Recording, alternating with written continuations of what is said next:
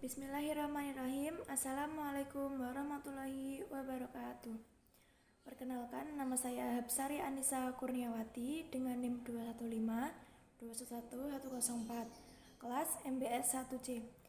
Di sini saya akan menerangkan materi tentang filsafat ilmu. Berikut ulasan materinya. Oke, di kesempatan kali ini saya akan menerangkan tentang pengertian filsafat ilmu, karakteristik dalam filsafat ilmu, dasar-dasar yang meliputi ontologi, epistemologi, dan aksiologi. Dan keempat, akan membahas tentang relasi antara filsafat dan ilmu. Kelima, pentingnya belajar filsafat ilmu. Dan terakhir, manfaat belajar filsafat ilmu. Membahas pengertian filsafat ilmu. Filsafat ilmu adalah bagian dari filsafat yang menjawab beberapa pertanyaan mengenai hakikat ilmu. Bidang ini mempelajari dasar-dasar filsafat, asumsi, dan implikasi dari ilmu, yang termasuk di dalamnya antara lain ilmu alam dan ilmu sosial. Filsafat sering difitnah sebagai sekularistik, ateis, dan anarkis karena suka menyobek selubung-selubung ideologis berbagai kepentingan duniawi, termasuk yang tersembunyi. Filsafat harus demikian karena ia secara hakiki adalah ilmu kritis. Jadi, filsafat dan ilmu itu berbeda tetapi saling berhubungan, bahwa filsafat merupakan jembatan menuju atau mendapatkan ilmu pengetahuan. Selanjutnya ada karakteristik filsafat. Yang pertama ada konsepsional. Konsepsi atau rencana merupakan hasil generalisasi dan abstraksi dari pengalaman tentang hal-hal serta proses-proses satu demi satu. Yang kedua ada koheren. Secara singkat, istilah koheren adalah runtut. Dalam arti lain, koheren bisa juga dikatakan berpikir secara logis, yang bergerak selangkah demi selangkah dengan penuh kesadaran. Yang ketiga ada memburu kebenaran. Filsuf adalah pemburu kebenaran-kebenaran. Yang diburunya adalah kebenaran yang hakiki tentang seluruh dan setiap hal yang dapat dipersoalkan, yang memastikan kebenaran tentang segala sesuatu.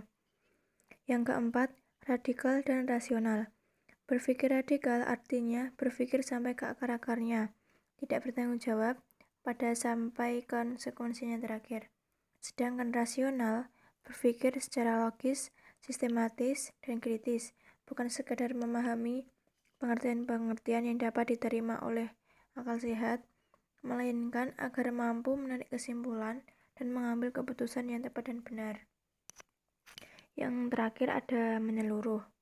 Pemikiran yang tidak hanya berdasarkan fakta, yaitu tidak sampai kesimpulan khusus, tetapi sampai pada kesimpulan yang paling umum. Selanjutnya ada dasar-dasar filsafat ilmu. Ada 3, yaitu 1. Ontologi. Ontologi membahas tentang keberadaan yang meliputi keberadaan segala sesuatu yang ada dan yang mungkin ada. Untuk lebih jelasnya mengenai konsep ontologi di sini adalah upaya untuk membahas tentang pendidikan Islam. Yang kedua, epistemologi. Epistemologi adalah cabang filsafat yang membahas mengenai ilmu pengetahuan yang meliputi berbagai ruang lingkup, meliputi sumber-sumber, watak, dan kebenaran manusia. Yang ketiga ada aksiologi. Aksiologi adalah cabang filsafat ilmu yang mempertanyakan bagaimana manusia menggunakan ilmunya. Jadi, yang ingin dicapai oleh aksiologi adalah hakikat dan manfaat yang terdapat dalam suatu pengetahuan. Selanjutnya, hubungan antara filsafat dan ilmu.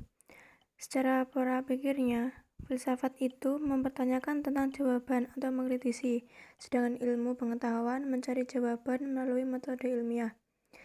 Menurut objeknya, filsafat bisa ditangkap oleh indera manusia maupun tidak, sedangkan ilmu objeknya terbatas sesuai bidangnya.